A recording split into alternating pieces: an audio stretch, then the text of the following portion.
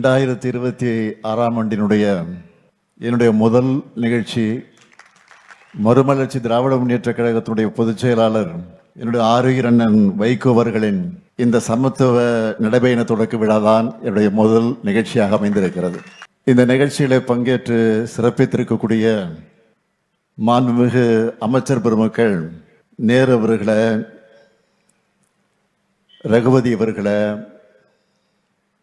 தம்பி அன்பில் மகேஷ் பொய்யாமொழி அவர்களை, மெய்யநாதன் அவர்களை, வாழ்த்துறை வழங்கி அமர்ந்துள்ள தகைசால் தமிழர் இந்திய யூனியன் முஸ்லீம் லீக்கினுடைய அகில இந்திய தலைவர் பேராசிரியர் ஐயா காதர் மொஹிதீன் அவர்களை, விடுதலை சிறுத்தை கட்சியினுடைய தலைவர் எழுச்சி தமிழர் என்னுடைய இனிய சகோதரர் தொல் திருமா அவர்களை, வரவேற்புரை ஆற்றியிருக்கக்கூடிய மறுமலர்ச்சி திராவிட முன்னேற்ற கழகத்தினுடைய முதன்மை செயலாளர் என்னுடைய அன்பு தம்பி நாடாளுமன்ற உறுப்பினர் துரை வைகோ அவர்களை, திராவிடர் கழகத்தினுடைய பொதுச் செயலாளர் மதிப்பிற்குரிய துரை சந்திரசேகர் அவர்களை, மக்கள் நீதி மைய பொதுச் செயலாளர் அருமை சகோதரர் அருணாச்சலம் அவர்களை, நடைபயணத்தை என்ன காரணத்திற்காக நடத்துகிறோம் என்பதை உங்களிடத்தில் விளக்கி உணர்ச்சியோடு உரையாற்றி அமர்ந்துள்ள மறுமலர்ச்சி திராவிட முன்னேற்ற கழகத்தினுடைய பொதுச் செயலாளர் என்னுடைய ஆருயிர் அண்ணன் வைகோ அவர்களை, வருகை தந்துள்ள சட்டமன்ற நாடாளுமன்ற முன்னாள் இந்நாள் உறுப்பினர்களை, முன்னிலை ஏற்றுள்ள அவைத்தலைவர் அர்ஜுன் ராஜ் உள்ளிட்ட மதிமுக நிர்வாகிகளை, தோழமை இயக்கங்களை சார்ந்திருக்கக்கூடிய நிர்வாகிகளை, நன்றியுரை ஆற்றியுள்ள செந்தில் தேவன் அவர்களை, பத்திரிகை மற்றும் ஊடகத்துறை சார்ந்த நண்பர்களை, சமத்துவ நடைபயணத்தில் பங்கேற்று தன்னுடைய கடமையை நிறைவேற்ற இருக்கக்கூடிய அன்புக்குரிய தம்பிமார்களே, அருமை நண்பர்களே, உங்கள் அனைவருக்கும் என்னுடைய அன்பான வணக்கம். தன்னுடைய பொது வாழ்க்கையில் தமிழ்நாட்டோட குறுக்கும் நெடுக்குமாக தன்னுடைய காலடிப்படாத இடமே இல்லை என்று சொல்லுகிற அளவுக்கு மக்கள் பிரச்சனைகளுக்காக நடைபயணம் செஞ்சவர் நம்முடைய அருமை அண்ணன் வைகோ அவர்கள். அவருடைய நெஞ்சுரத்தையும் ஸ்டாமினாவையும் பார்க்கும்போது அவருக்கு 82 வயசா அல்லது 28 வயசா என்று நமக்கெல்லாம் ஆச்சரியப்பட தோணுது. ஒரு இளைஞருக்குரிய வேகத்தையும் ஊக்கத்தையும் உத்வேகத்தையும் இன்னைக்கு அவர்கிட்ட நாமெல்லாம் பார்க்கிறோம்.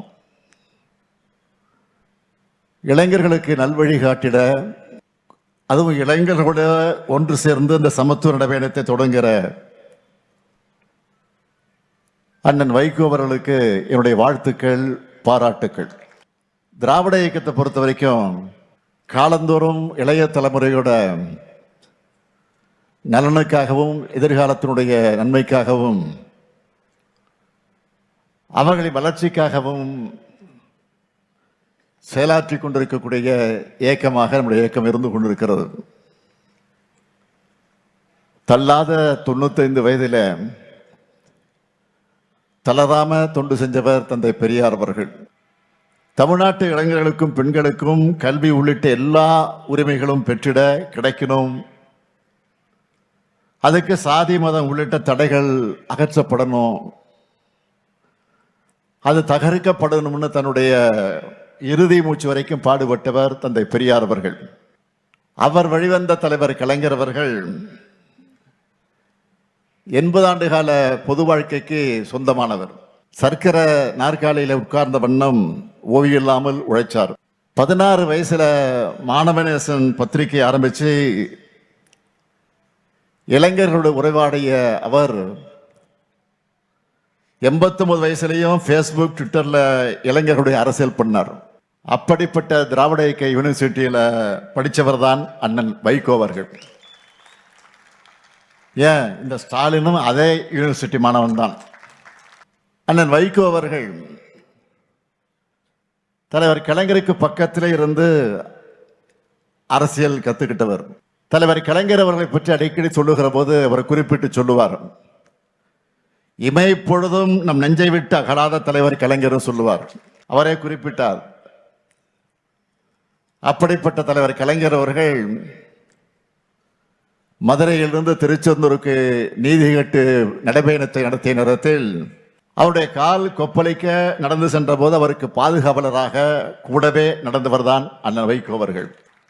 இன்னைக்கு தேர்ந்தெடுக்கப்பட்டிருக்கக்கூடிய இளைஞர் படையோடு சமத்துவ நடைபயணத்தை நடத்துகிறார். இந்த நடைபயணத்தில் பங்கேற்கக்கூடிய பலரையும் நேர்ல அவரே தேர்வு செஞ்சிருக்கிறார். அது எப்படி தெரியுமா? இந்த இளைஞர்கள் எல்லாம் பெற்றோருடைய சம்மதத்தை பெற்றிருக்கிறார்களா? இதனால அவங்களுடைய கல்லூரியுடைய தேர்வை ஏதாவது பாதிக்குமா? அவங்களுடைய உடல் தரம் என்ன, மன உறுதி எப்படி இருக்கு, ஆர்வம் எப்படி இருக்கு, எல்லாத்தையும் உறுதி செஞ்சுட்டு தான் இந்த இளைஞர் படையை அவர் தேர்ந்தெடுத்திருக்கிறார். போதைப் பொருள், அந்த போதைப் பொருளின் ஒழிப்பு, சாதி மத மோதல் தடுப்பு உள்ளிட்ட நாட்டுக்கு தேவையான கருத்துக்களை வலியுறுத்தி அண்ணன் வைகோ அவர்கள் தொடங்கி இருக்கக்கூடிய இந்த சமத்துவ நடைபயணம் மாபெரும் வெற்றி பெறணும். நிச்சயமாக வெற்றி பெறத்தான் போகிறது. இது மாதிரியான பயணங்களில் என்ன பயன் என்று சிலர் கேட்கலாம். காந்தியின் நடைபயணமும் மாவோவின் நடைபயணமும் வரலாற்றில் புரட்சி ஏற்படுத்தி இருப்பது போல அந்த தாக்கத்தை அவங்க உணரணும். இப்படியான நடைபயணங்கள் தான்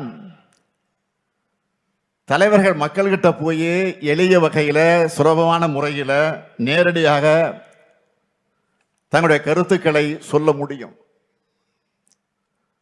அந்த நடைபயணத்தோட தேவை குறித்தும் அதில் உள்ள நியாயங்கள் குறித்து மக்கள் பேச தொடங்குவாங்க. மக்கள் பேச பேசத்தான் அந்த பிரச்சனைக்கு தீர்வு காண முடியும். திராவிட இயக்க மேடைகள்லையும் நாடாளுமன்றத்திலையும் தமிழ்நாட்டோட தமிழர்களுக்காக அவருடைய உரிமைகளுக்காக கர்ஜித்தண்ணன் வைகோ அவர்கள் முதுமையை முற்றிலுமாக தூக்கி எறிந்துட்டு இந்த நடைபயணத்தை தொடங்கி இருக்கிறார். இளைஞர்களுடைய எதிர்காலத்தை சீரழிக்கக்கூடிய போதைப் பொருட்களை நாம நிச்சயமாக ஒழிக்கணும். அதுல எந்த கருத்து மாறுபாடும் வேறுபாடும் கிடையாது. போதையின் பாதையிலிருந்து இளைஞர்களை காக்கணும். அதற்காக அரசு பல்வேறு நடவடிக்கைகளை எடுத்துக்கிட்டு இருக்கு. அது மூலமா ஓரளவுக்கு, முழுமையாக இல்லை, ஓரளவுக்கு பலனும் கிடைச்சிக்கிட்டு இருக்கு. ஆனா ரொம்ப முக்கியமானது, அந்த பழக்கத்திற்கு அடிமையானவங்க அதோட பாதிப்புகளை உணர்ந்து அந்த பழக்கத்தை கைவிடணும். அவங்க கூட இருக்கிறவங்க அவங்கள திருத்தணும். போதைப் பொருட்களுடைய பழக்கம் என்பது மிகப்பெரிய நெட்வொர்க். அந்த நெட்வொர்க்கை அழிக்க மாநில அரசுகளும் ஒன்றிய அரசும் இணைஞ்சு செயல்படணும். ஏராளமான போதை வஸ்துகள் நாட்டுக்குள்ள வருது. அதிகப்படியான போதைப் பொருட்கள் எந்தெந்த துறைமுகங்கள் வழியா நாட்டுக்குள்ள நுழையுதுன்னு நம்ம செய்திகள்ல பார்க்கிறோம், படிக்கிறோம். இந்த நுழைவு வாய்களை நாம அடைச்சாகணும். நாட்டோட எல்லைக்குள்ள போதைப் பொருட்கள் வர்றதையும் மாநிலம் விட்டு மாநிலம் கட்டுப்படுத்த, மாநிலம் விட்டு மாநிலங்கள் கடத்தப்படுவதையும் ஒன்றிய அரசின் முகமைகள் தீவிரமாக கண்காட்சியை தடுக்கணும். அதுக்கு எல்லா மாநில அரசுகளும் தேவையான எல்லா ஒத்துழைப்பையும் கொடுக்கணும். எடுத்துக்காட்டுக்காக நான் சொல்றேன், கடந்த சில மாதங்கள்ல திருவள்ளூர், வேலூர், ராணிப்பேட்டை போன்ற மாவட்டங்கள்ல இருந்து 1,00,000த்துக்கு அதிகமான போதை மாத்திரைகளை பிடிச்சிருக்கிறோம். இந்த கடத்தல்ல சம்பந்தப்பட்டவங்க மகாராஷ்டிரா, ஆந்திரா, தெலுங்கானா, ஹரியானா போன்ற மாநிலங்களை சார்ந்தவர்களாக இருக்காங்க. அதே போல இன்னும் சில வழக்குகள்ல குற்றவாளிகள் நைஜீரியா, செனகல் போன்ற நாடுகளை சார்ந்தவர்களாக இருக்காங்க. இப்படிப்பட்ட நெட்வொர்க்கை ஒழிக்க எல்லாரும் கைகோக்கணும். நம்மை பொறுத்த வரைக்கும் போதைப் பொருள் பழக்கத்தை முற்றிலுமாக ஒழிக்கணும்னு தமிழ்நாடு அரசோட துறைகள், ஒன்றிய அரசின் துறைகளோட, அண்டை மாநில காவல்துறையினரோடு முழு ஒத்துழைப்பையும் கொடுத்து செயல்பட்டு வருகிறது என்பதை நான் தெரிவிக்க கடமைப்பட்டிருக்கிறேன். போதை ஒழிப்புங்கிறது சமூகத்தோட கூட்டு பொறுப்பா இருக்கணும். முக்கியமா கலைத்துறை சார்ந்தவங்க பொறுப்புணர்ச்சியோடு தங்களுடைய படைப்புகளை உருவாக்கணும். போதையின் தீமைகளை சொல்றது தப்பில்லை, அதை குளோரிஃபை பண்றது ஒரு தலைமுறையே சீரழிச்சிரும். அதே போல பெற்றோர்கள் தங்கள் குழந்தைகள் பாசனத்தை காமிக்கணும் தான், அதை மறுக்க முடியாது. அதுக்காக அவன் பாதை மாறி போகும்போது வேடிக்கை பார்த்து கொண்டிருக்க கூடாது. யூடியூப், இன்ஸ்டா ரீல்ஸ் மூலமா வரக்கூடிய ஈஸி மணி பசங்களை தவறான பாதையில கொண்டு போறதுக்கான சான்ஸ் தான் அதிகம். எனவே குழந்தைகளை பொறுப்போடு வளர்க்கணும் பெற்றோர்களை நான் கேட்டுக்கொள்கிறேன். முக்கியமா அம்மா, அப்பா, அக்கா, தங்கச்சின்னு வீட்டில் இருக்கக்கூடிய சொந்தங்கள் நம்ம வீட்டு பசங்க வழி தவறி போகாம இருக்கிறத கண்காணிக்கணும். ஒருத்தருக்கு ஒருத்தர் மனசு விட்டு பேசணும். மன விட்டு பேசினாலே பாதி பாரம் குறைஞ்சிரும். தவறான பாதைக்கு போகக்கூடிய தேவை நிச்சயமாக இருக்காது.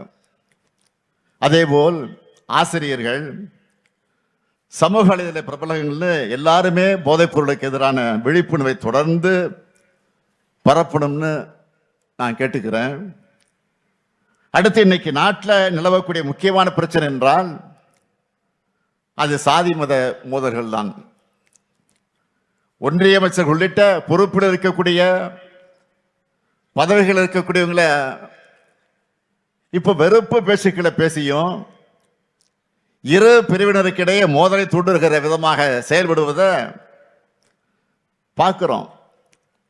தனிப்பட்ட முறையிலான அவங்களுடைய கொள்கைகளுக்கு நம்ம இந்திய நாட்டை ஒருமைப்பாட்டை அமைதியை சீர்குலைக்கக்கூடிய ஆசாகார வேலையை அவங்க ஈடுபட்டு இருக்காங்க. நாட்டில் இஸ்லாமியர்கள், கிறிஸ்துவர்கள், ஆதி திராவிடர்கள், பிற்படுத்தப்பட்ட மக்கள்னு எல்லாரும் அச்சத்தில் வாழக்கூடிய ஒரு நிலைமை இன்றைக்கு ஏற்பட்டிருக்கு.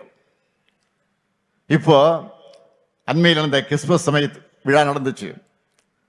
அந்த சமயத்தில் நாட்டில் பல்வேறு இடங்கள் நடந்த தாக்குதலை பற்றி எல்லாருக்கும் தெரியும். சில ஆண்டுகளுக்கு முன்னாடி நம்ம நாட்டில் இந்த நிலைமை இருந்துச்சா? ஊரே ஒன்று சேர்ந்து மகிழ்ச்சியா இருந்த காலம் போய் ஒருத்தருக்கு ஒருத்தரை எதிரியா கட்டமைக்கிற வேலையை பிளவுவாத சக்திகள் இன்றைக்கு தெளிவா செஞ்சிட்டு இருக்காங்க. அன்பு செய்ய சொல்லித்தர வேண்டிய ஆன்மீகத்தை சில கும்பல் வம்பு செய்வதற்காக பயன்படுத்துகிறாங்க. இந்த நிலையிலே தான் அண்ணன் வைகோ அவர்கள் இந்த சமத்துவ நடைபயணத்தை தொடங்கி இருக்கிறார். திராவிட இயக்கத்திற்கு பல்வேறு திருப்பு முனைகள் கொடுத்த நகர் தான் இந்த திருச்சி நகர். அண்ணன் வைகோ அவர்கள் இந்த நடைபயணம் நிச்சயமா புதிய வரலாற்றை படைக்கும். இந்த நடைபயணத்தோட தாக்கத்தை சமூக வலைத்தளங்கள் கொண்டு சேர்ந்து இளைஞர்களை பேசும் பொருளாக ஆக்க வேண்டியது ஊடகங்கள் மற்ற எல்லோருடைய கடமை. மது போதையும் அதைவிட ஆபத்தான மதவாத அரசியல் போதையும் தமிழ்நாட்டுக்குள் நுழையவிடாமல் தடுத்திட நாமெல்லாம் ஒன்று சேர வேண்டும். அண்ணன் வைகோருடைய நடைபயணம் நிச்சயமாக புதிய எழுச்சியை உருவாக்க இருக்கிறது. அண்ணன் வைகோ அவர்கள் இந்த சமத்துவ நடைபயணம் வெற்றி பெற வேண்டும் என்று நான் வாழ்த்துகிறேன். அதே நேரத்தில் உரிமையோடு அவரிடத்தில் நான் கோரிக்கை வைக்க விரும்புகிறேன். உங்கள் அனைவரின் சார்பில் உங்களுடைய நோக்கம் பெரிதென்றாலும் உங்களுடைய உடல்நலம் எங்களுக்கு பெரியது. எனவே இந்த பயணத்தை நீங்கள் கவனமாக மேற்கொள்ள வேண்டும். அது மட்டுமல்ல, இது மாதிரியான கடுமையான நடைபயணங்களை நீங்கள் இனி மேற்கொள்ளக்கூடாது என்ற என்னுடைய அன்பான வேண்டுகோளை நீங்கள் கட்டளையிட்டால் அதை செய்வதற்கு மறுமலர்ச்சி திராவிட முன்னேற்ற கொண்ட தயாராக இருக்கிறாங்க. அதனால தான் அந்த உரிமையோடு கேட்கிறேன். நீங்கள் உங்கள் உடல்நலை பாதுகாக்கணும் என்று அன்பான வேண்டுகோள் இந்த நேரத்தில் உரிமையோடு கேட்டுக்கொண்டு உங்கள் பயணம் வெற்றி பெற வாழ்க வாழ்க வாழ்க என்று வாழ்த்தி விடைபெறுகிறேன். நன்றி, வணக்கம்.